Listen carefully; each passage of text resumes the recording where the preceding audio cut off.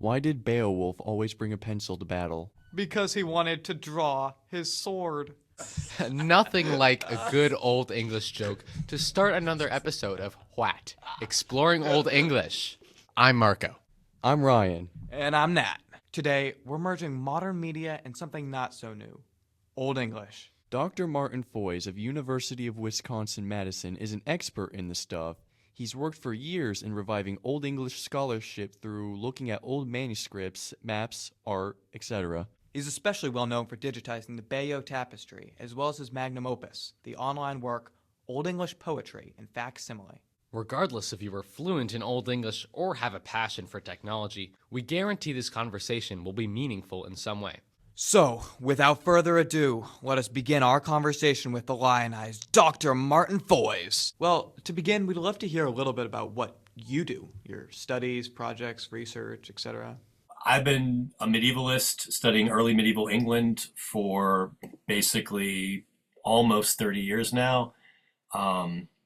Even longer if you roll back to my very earliest interest in it in undergraduate, my undergraduate work. So, at this point, almost 35 years.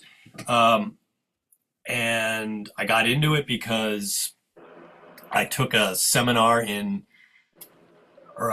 medieval and Renaissance literature in college, and I was like, this is really cool. I had a kind of back history of kind of just being interested in medievalish stuff because I was way into fantasy and Tolkien and D&D when I was a kid. So it kind of naturally morphed into something that was more academic as I got into what I was going to study. I became an English major. I kind of really focused on mostly medieval studies. I got into graduate school to do medieval. I got hooked up there at Loyola Chicago with doing my PhD, with kind of one of the big names in Old English at the time. And so that was super exciting and kind of really helped me kind of develop my training and everything. And then after that, the track was kind of set and I just got way into the Old English language and literature. It's fascinating, probably to me, for probably the same reasons it's fascinating to you, in the sense that it's the earliest form of the language that we still speak today.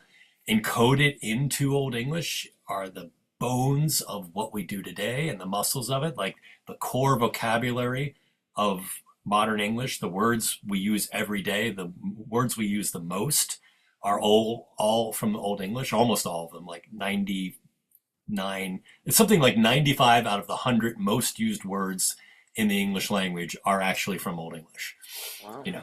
Because it's like things like, it's things like you and the and like, all these kinds of core words all come from Old English. So that's really cool.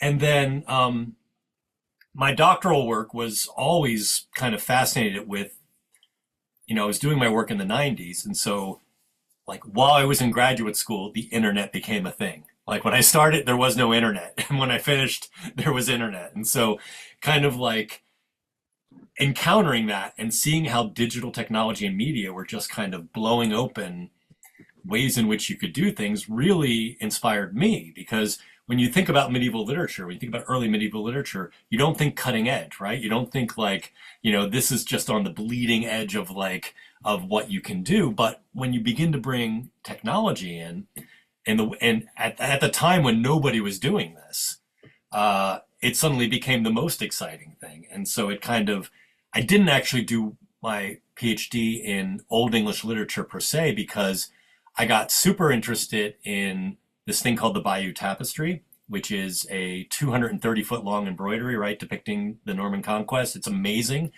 And I ended up doing my dissertation because I had a side job. I was paying the bills by working at a multimedia house where I was learning all about like how you kind of, at the time we were creating like instructional CD-ROMs. We weren't even doing stuff on the web yet because that wasn't even really a thing yet. But I learned all about how you can kind of scan stuff and make it and digitize it. Before that was just common knowledge, right? You didn't have a phone that you could just take a picture and have it be digital.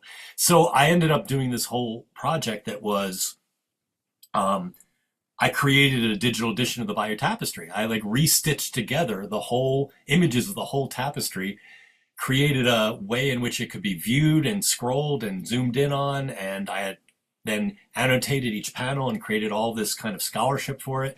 And that was like my dissertation. And that kind of just set my track. That was like, I was like, all I want to do now is be working in this emergent field of digital humanities, where you're taking the really, really new stuff and marrying it to the really, really old stuff to revitalize that. And that, over the course of a couple of books and articles and everything, led me to this current project, the Old English Poetry and Facsimile Project, which, 20 years ago, even 10 years ago, this project wouldn't have even been possible. But now you literally have the digitized images of almost all of the medieval manuscripts that contain Old English poetry available freely online. And so when I was in PhD in America, I never set my eyes on an actual medieval manuscript. It just wasn't the way you did things. You worked with, printed editions, and printed editions were the way in which you experienced Old English, right? So it was like, that's the text, that's the literature. And all of a sudden, when you got access to all of these manuscripts, it kind of changed the game, in the sense of like, this is a technological filter too. This is like not the text that anybody in 10th century England was reading. It didn't look like this. It wasn't even kind of broken up and formatted like this in terms of the lines of poetry that we experience when we look at a printed edition.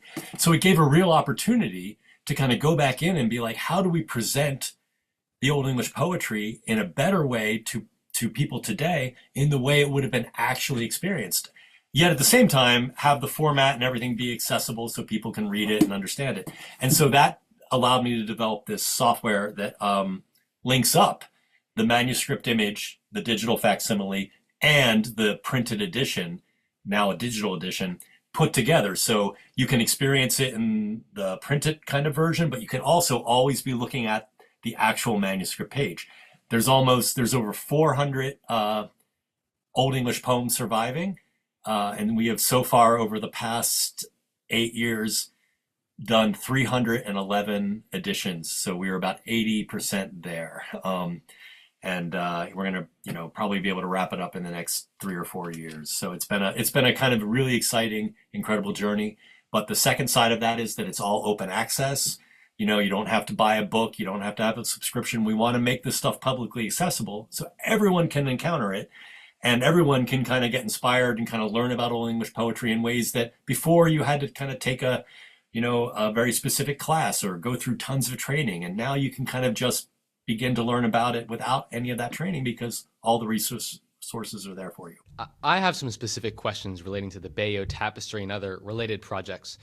When you have such a massive map or manuscript or piece of art, what does the technological process of digitizing it entail? This is kind of what the whole interface looked like when it was published in 2003 on CD-ROM. And you could kind of just scroll through each panel. There's a whole timeline down here that you can jump around to each thing. You can open up the commentary for any particular panel. None of this stuff's working now because the technology of Adobe Flash was about 2 years ago turned off. And that's another thing when you get into digital humanities and technology is thinking about sustainability. In the early days, everyone was just doing everything because it was so exciting like this, and there was no plan for like, what's it going to be in 20 years or 50 years? Can you still access it the way you can access a book from 70 years ago? And now with the Old English Poetry and Facsimile Project, we are literally spending tens of thousands of dollars to produce the ability to archive all this content and material. So once the software is no longer viable, you'll still be able to access all the work and that's been done in these editions, so that somebody else can come along and put it into a newer technological environment that where it can still remain viable. So back in the day, how did we digitize? Well, there was the whole Bayeux Tapestry came about because I was asked to teach a class on medieval cultures. And I was told, like, this is a class that's not just about literature. You want to do something from all the different facets of medieval culture. You should do some history. You should do some religion. You should do some art. And when I got to art, I was like, oh, I'm going to do the Bayeux Tapestry. How cool is that? I'm going to teach the Bayeux Tapestry because it also connects to the end of the Old English period and everything I'm interested in. So, and then it was like, there's no way to, how do you show everyone in your class a 230-foot long thing? Again, pre-internet. You couldn't just be like, go look at these images online, right? And so I went to the library. Well, the original idea was, I don't think I have a copy of it here. No, it's in my office. I had these old 1966 National Geographics. And then there was like, in the October issue of 1966, it was the 900th anniversary of the Battle of Hastings, which took place on October 14th, 1066. And so the National Geographic in 1966 did this huge thing on the Battle of Hastings and the Norman Conquest. And running along the top of like 20 pages of this National Geographic was a reproduction of the Bayeux Tapestry. It was like this big running along each page, right? It was so cool. And so I remember like every time I was at like a garage sale when I was a kid, I would buy like, if I saw the October one, I would buy it because I just thought it was so cool. So I had like 4 of them. And I was like, I was at my job at this multimedia house talking with a buddy of mine, and I'm like, yeah, I'm trying to figure out how to teach the Bayeux Tapestry, and I've got these like National Geographics, and I think I'm going to just cut one of them up and make a giant poster board so everyone can see like how long this thing was.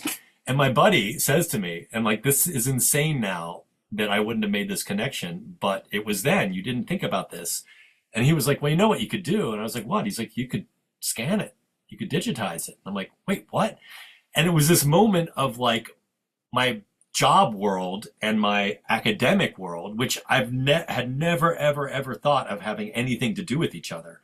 Like I was over here just, making these instructional CD-ROMs and, learning how to do kind of QuickTime videos and stuff like that. And then over here, I was studying literature and art and stuff that was 1,000 years old. I never thought they had anything to do with each other.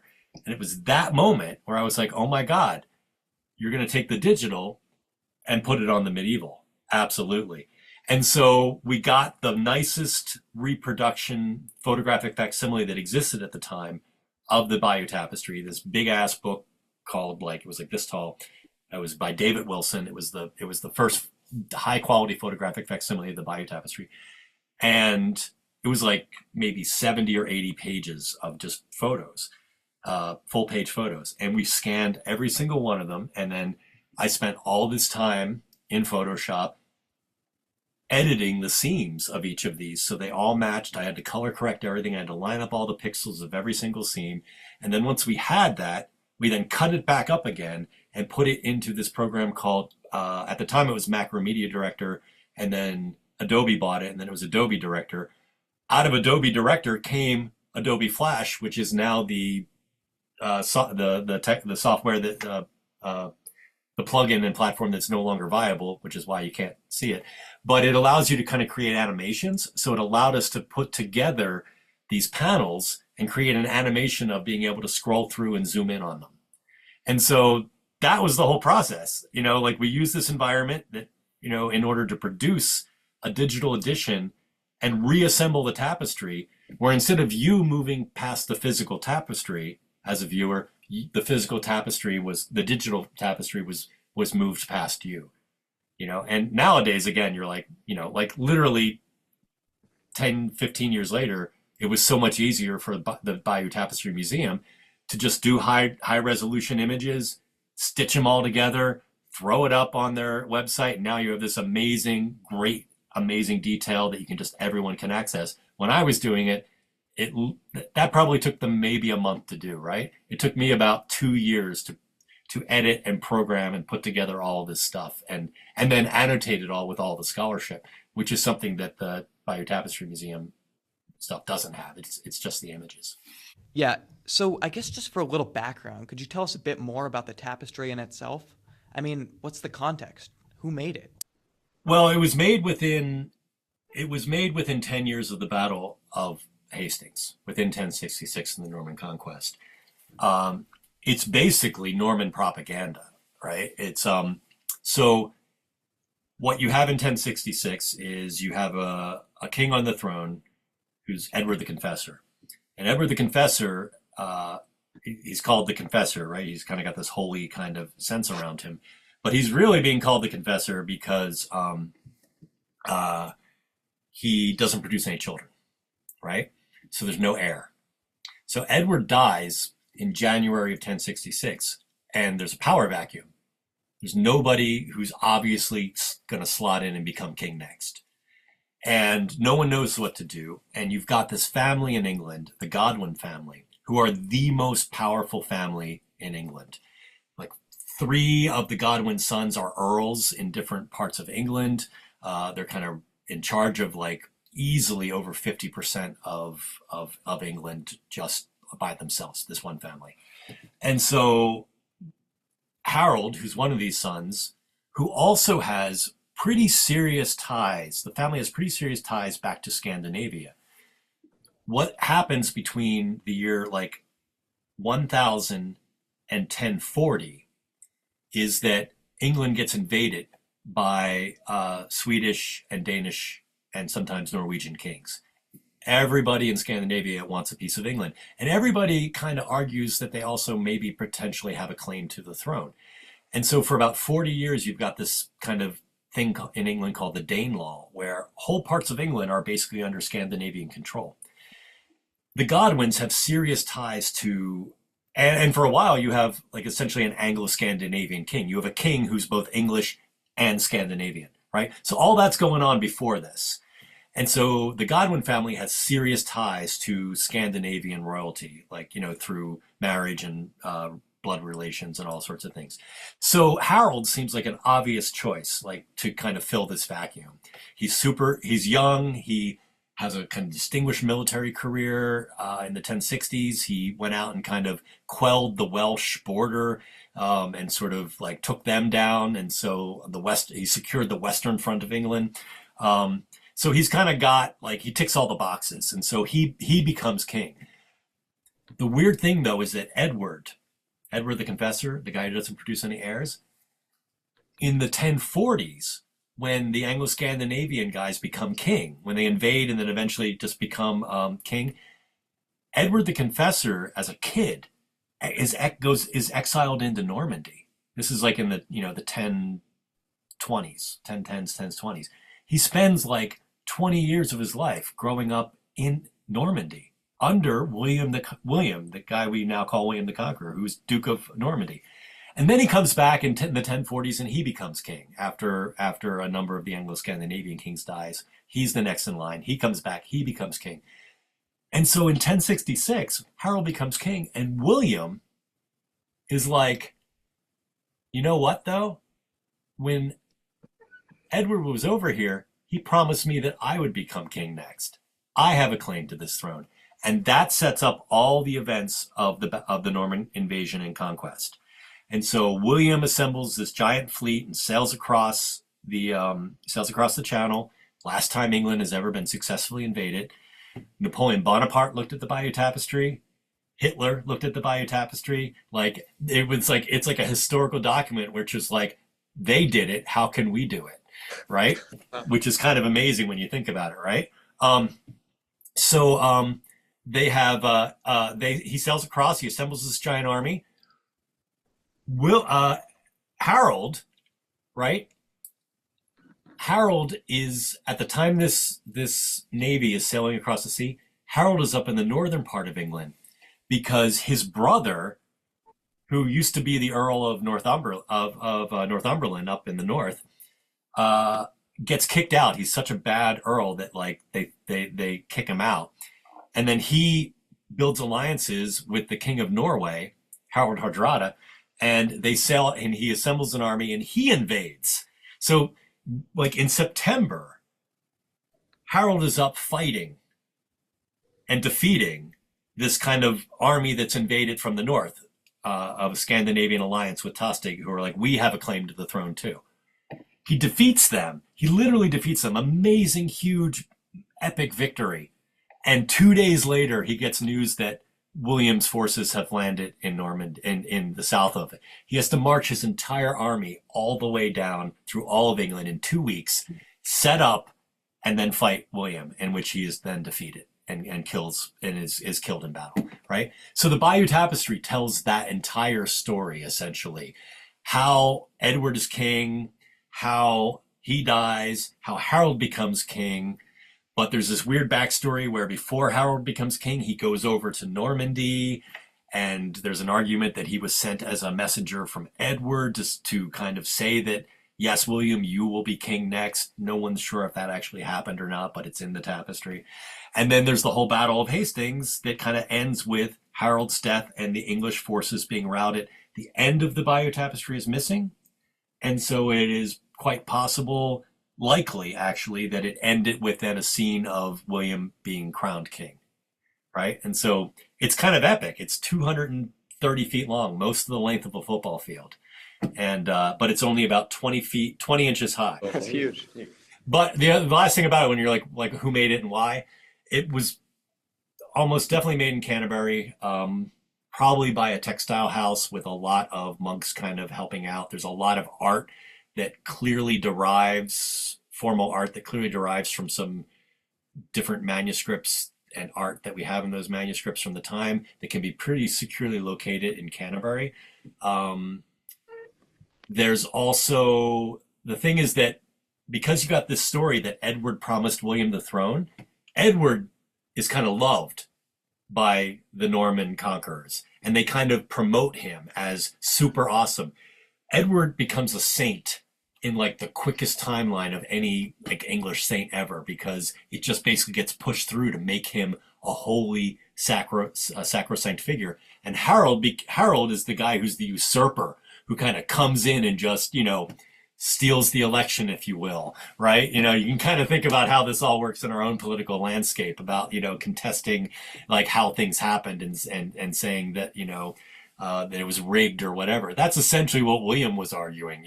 This succession was rigged. I was supposed to be king, and so the tapestry kind of plays on that. And it starts with Edward seated on the throne.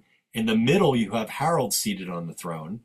But if it ends with William being seated on the throne, and the whole thing was perhaps displayed as in a kind of chamber, you could imagine you came in one door and you had Edward at the beginning seated on the throne, that it runs all the way around, and then at the end, right next to where Edward is seated on the throne, you have William seated at the throne.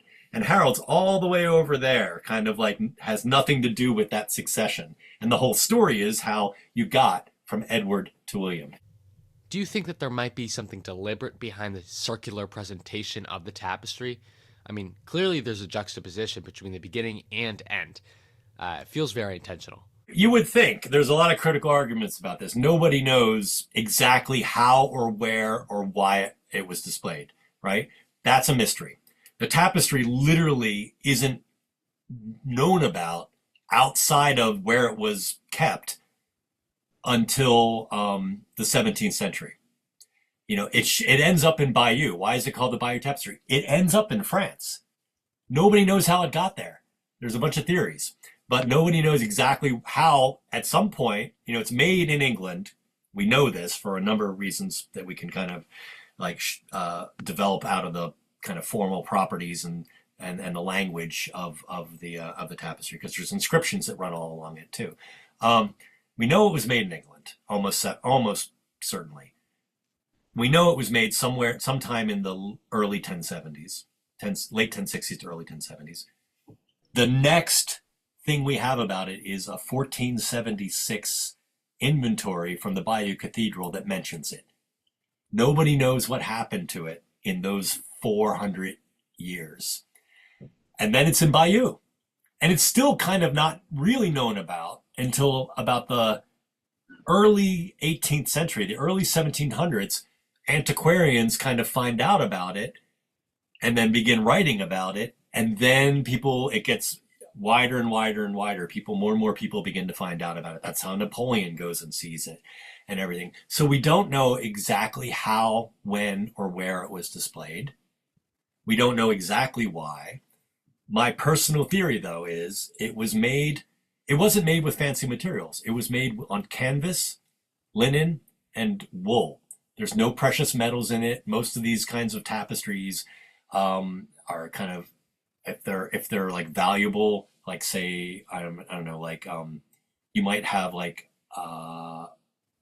vestments for a bishop, and they're going to be embroidered and woven. They're going to be woven with like gold and silver thread and kind of be really fancy. This is like workmanlike. It's like wool and linen. It's like super sturdy, which is how it's lasted so long. And it could also be rolled up and stored in a box, basically the size of a footlocker.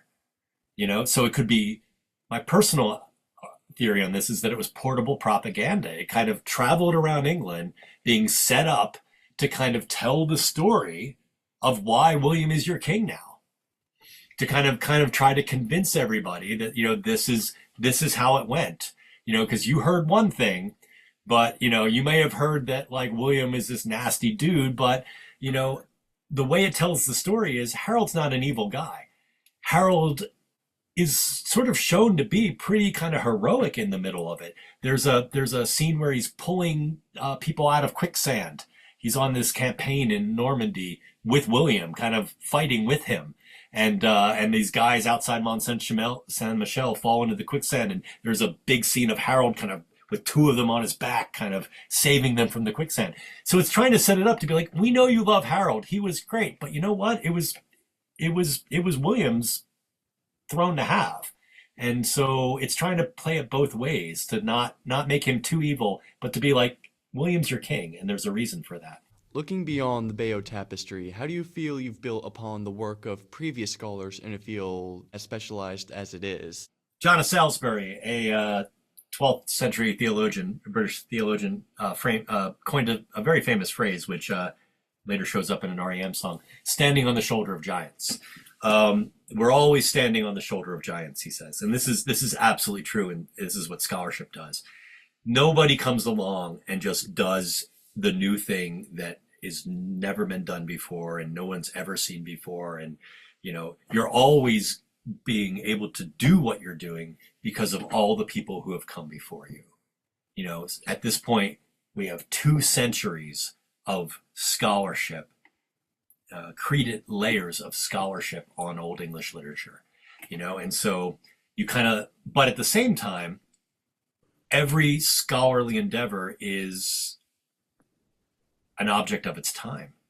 It's kind of carrying its own cultural values and displaying those values, and the way in which one cultural period frames scholarship is also a limitation on that scholarship, So you think about things like canonicity, right? That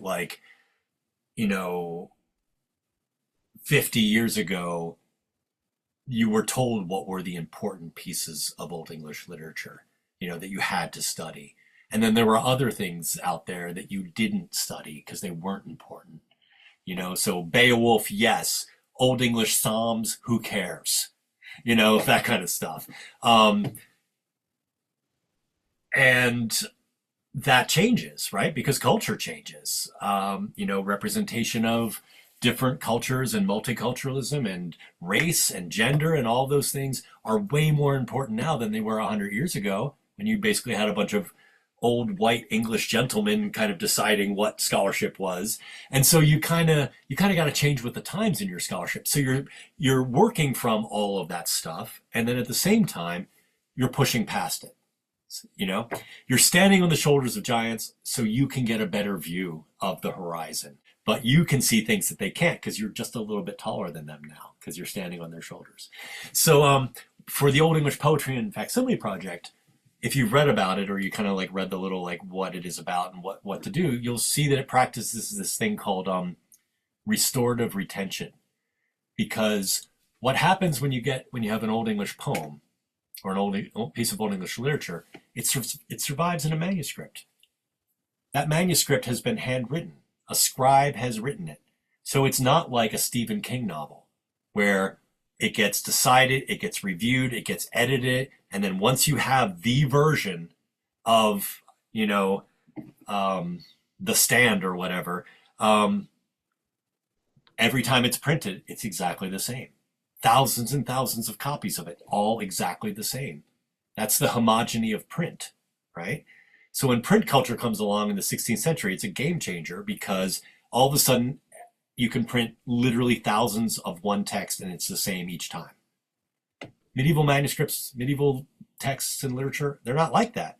Every single time you have a piece of literature being produced, it is the product of a single team of humans who are making a production that is different than any other version of those texts you've ever seen. And the scribes who are copying it almost have a quasi kind of author authority, like authority with author being the main kind of word there, where they'll be writing and they'll decide that this is a good word for what's happening, or they'll decide, I don't like that passage, so I'm going to just skip over that. You know, sometimes they're having a bad day and they misspell a bunch of words, or they're not exactly focused and they might skip a line or whatever. You know, there's all that stuff happening. And modern editors come in, and for hundreds of years, like, modern editors have had this idea that they're going to fix the text. Like, because it's this human production, they're like, well, what was the source for this text? Where did this text come from? Is there an exemplar? And there's this idea that every time something is copied, it gets degraded. And so you have this ideal of a source text that is the original.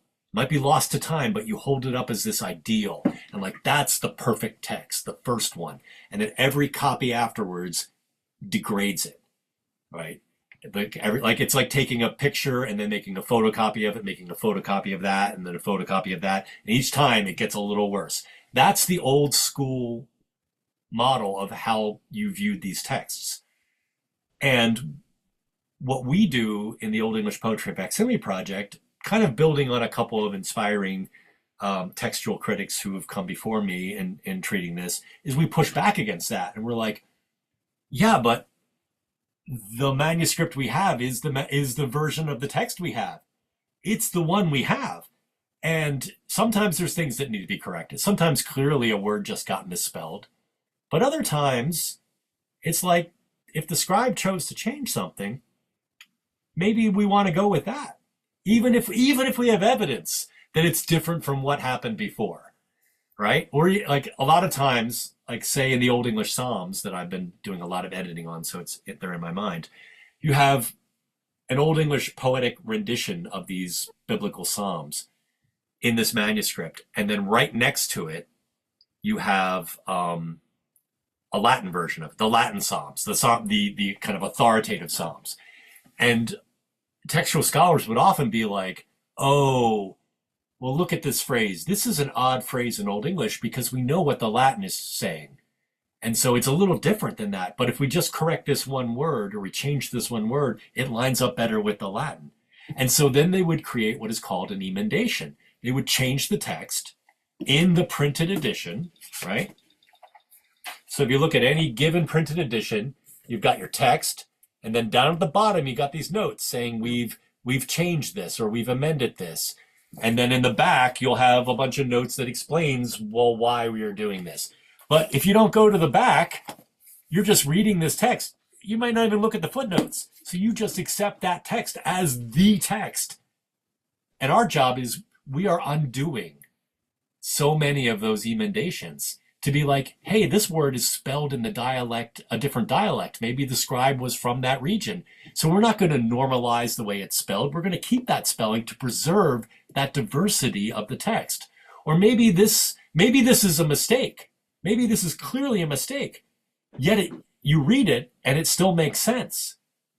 So maybe we keep that because it's creating new meaning that wasn't there before, simply because of that error.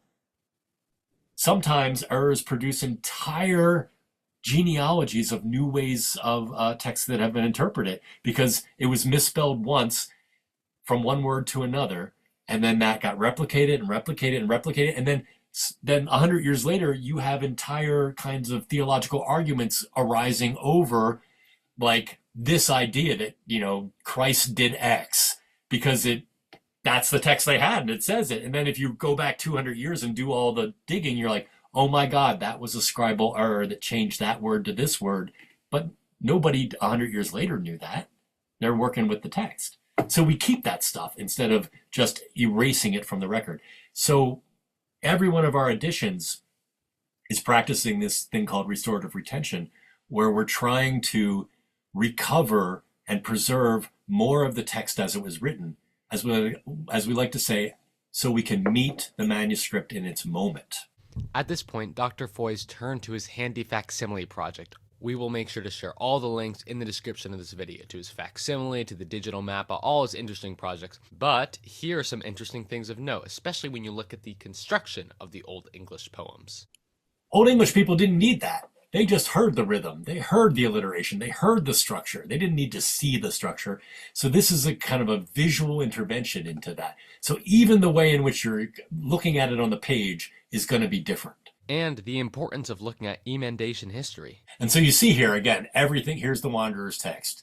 And everything in blue has a history of emendation. And you'll see that, and everything that's bolded is things that we've amended. And you'll see there are so many things here that we're not amending. Without getting overly technical, in this endeavor to find truth and look at the original text, what has been the thing that surprised you the most? What has surprised me the most was kind of learning about these past editorial approaches and how different they were from what I wanted to do, right? And it's been a long genealogy. Like when it starts in the 19th century and people begin editing stuff, it's kind of crazy because what you have coming out in the 1870s is this German scholar, Sievers, who's like luminary in the field. He's the guy that kind of figures out how Old English meter works. Like everybody knew there was meter. They understood that coming beforehand. They kind of got, oh, there's alliteration, and and the antiquarians kind of were able to break them up into lines and understand how it worked. But no one knew the system. And this guy Sievers comes along and he's like, here's the system. I figured it out. And he basically comes up with these like 5 categories of stress and alliteration and how they worked. And he's like, basically, all Old English poetry can fall into one of these 5 classes of lines, A, B, C, D, and E. And I'm not, like you said, not too technical. I'm not going to get into it, but like those 5 categories cover like 99% of all the Old English lines that you encounter. They don't cover 100% of them though. And so when these editors would come along at the beginning, Sievers gave them the key. Sievers was like, this is how it works. And so when they encountered something that didn't fit the system, they would change it. Like, so I would encounter so many lines that were just changed for meter. They were like, this is like only got 3 stresses in it. We all know meter's got to have 4. This has to be a mistake. If we take this word out and put in this 2-syllable word, it's metrical. And so like, I'm always famous for when I'm training an editor in this, I'm like, we don't amend for bad poetry because poetry is poetry. Poetry kind of doesn't always obey its own rules. The whole point about poetry is that it's always bending and sometimes breaking the rules of language.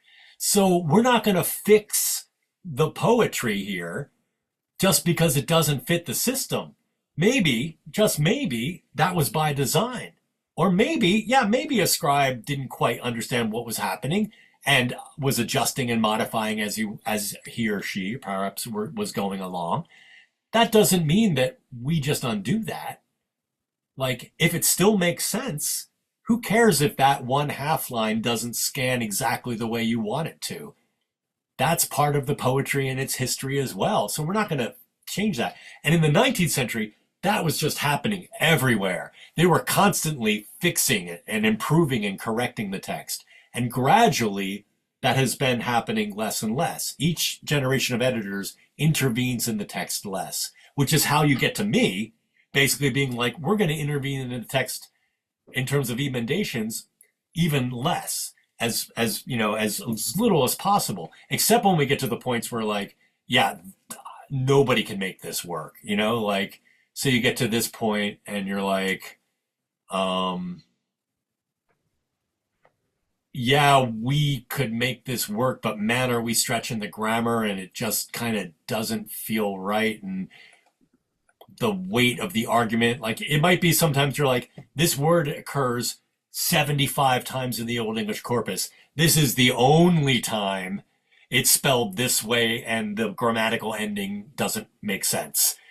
So if you're like, the weight of the evidence is this is just somebody screwing up and we kind of we can't even squinting make it work grammatically, then we'll change it. But we amend as the last resort. And so we're the next and last kind of generation in that line of from just totally changing the text and normalizing it and regularizing it and changing it all to one dialect and making it all metrical. Now we're like, let the text live as it survives. And like, we're just intervening a lot less in the text in that way. So you said about 80% done, and I guess that invites what's next? If there's only about 400 Old English poems out there, is there a completion point? You map out all of these, you get them done? Dude, I'm 56. I'm going to finish this project. I'm going to be 60. What's next is 5 years to retirement. So I've got a couple projects. The thing about this is that I have constantly made discoveries in this from doing this.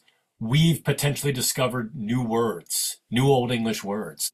Like, what's next? I get to kind of just begin writing up all this stuff as scholarly articles. I get to kind of spend the last decade of my career kind of capitalizing on all of the weird little discoveries I had and kind of making new arguments for how we need to understand Old English poetry. Behind that, I might have a book in me still about how media, Old English, early medieval media functions and how it's different than how we understand ideas of technology and media today. That was going to be the book I wrote next after my last big book, but then I got into this and that's derailed me for the better part of 15 years. So that's what I've been doing now. So I have so many things that I can just spin off into articles for the sunset of my career after this. Just out of curiosity, as you've researched all of this, what's the weirdest thing you've encountered? That's a great question. All right, I'll show you the weirdest thing I've encountered.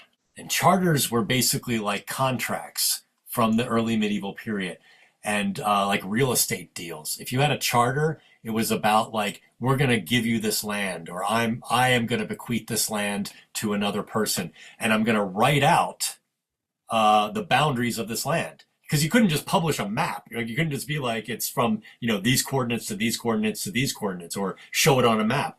So you wrote the description of the land.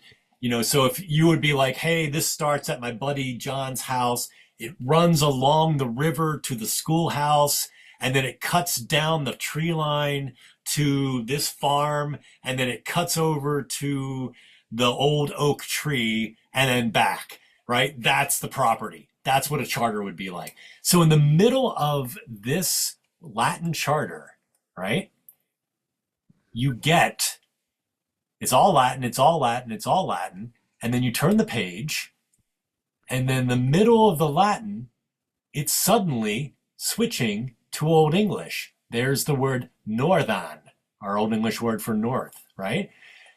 And this scholar, talking about standing on the shoulders of giants, in the 1980s was like, holy crap, that Old English is actually poetry. Where is it now? Here we go.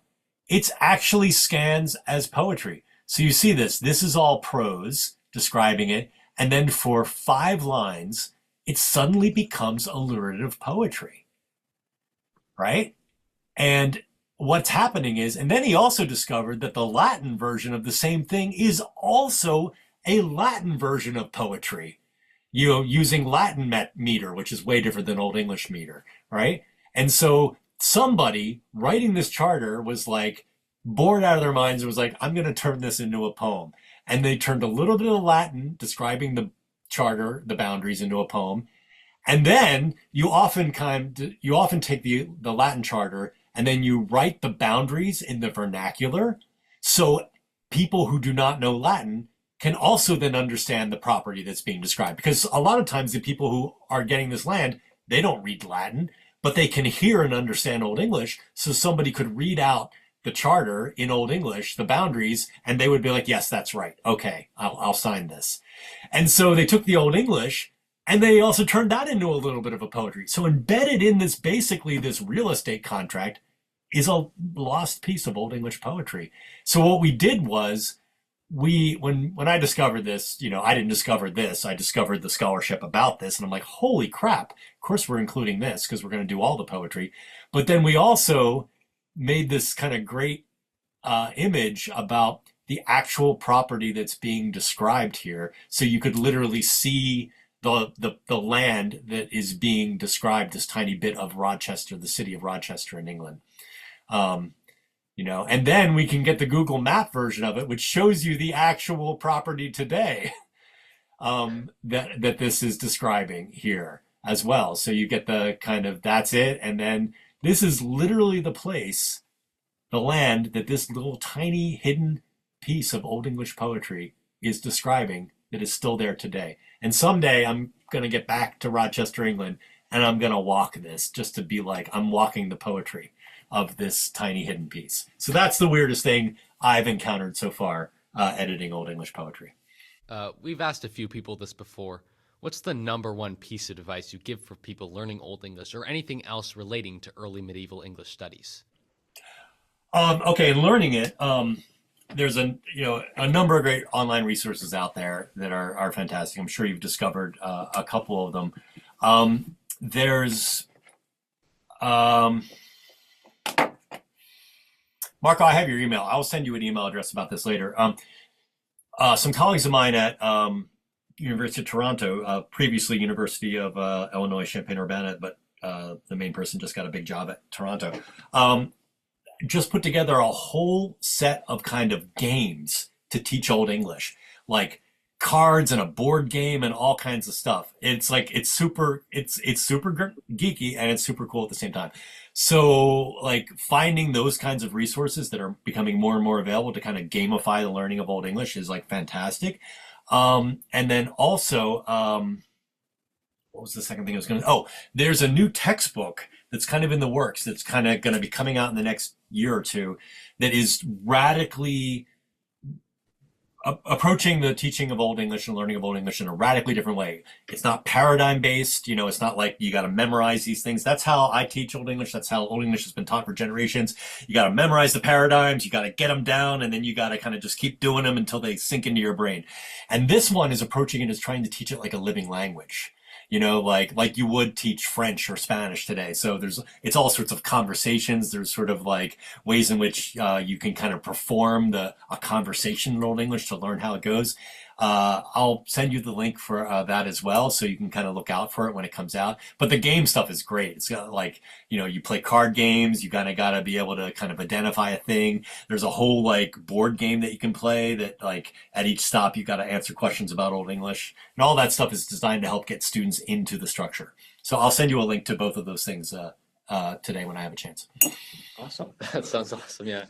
Yeah, with that, thank you so much for meeting. This is an awesome experience. Yeah, you guys are great. I'm super excited you're doing this. And yeah, I would say also, if you're really interested in this, don't lose the passion for it. No matter what you do, knowing so much about the language and time and history that is sort of the origin, certainly not for all of our culture in America, absolutely not, but is an originating point for the development of even America. Thomas Jefferson, right? Thomas Jefferson believed that Old English was the most democratic language. When he helped found the old University of Virginia, he had written into their charter that they must always teach Old English. So to this day, Old English will always be taught at the University of Virginia because Thomas Jefferson wanted it. So like, there's ways to kind of understand, and there's all sorts of weird, uncomfortable, dramatic racism kind of encoded into Thomas Jefferson as well, and a slave owner. But you can always, no matter what you do in your life, if you are richly educated in the places that our language and culture have come from, like Old English and just even medieval England, you're going to be such a better citizen of the world. That's awesome. All right. Yeah. Okay, guys. It was an absolute pleasure talking with you. Yeah, Yeah, thank you're you. great. Well, that's it for today. Thanks for tuning in. I loved everything he had to say. If you did too, please leave us a 5-star review on whatever podcast platform you're listening on. It truly helps us reach more people and grow our mission. If you have any questions or remarks, please leave them in the comments section below. But for now, Wes Hall.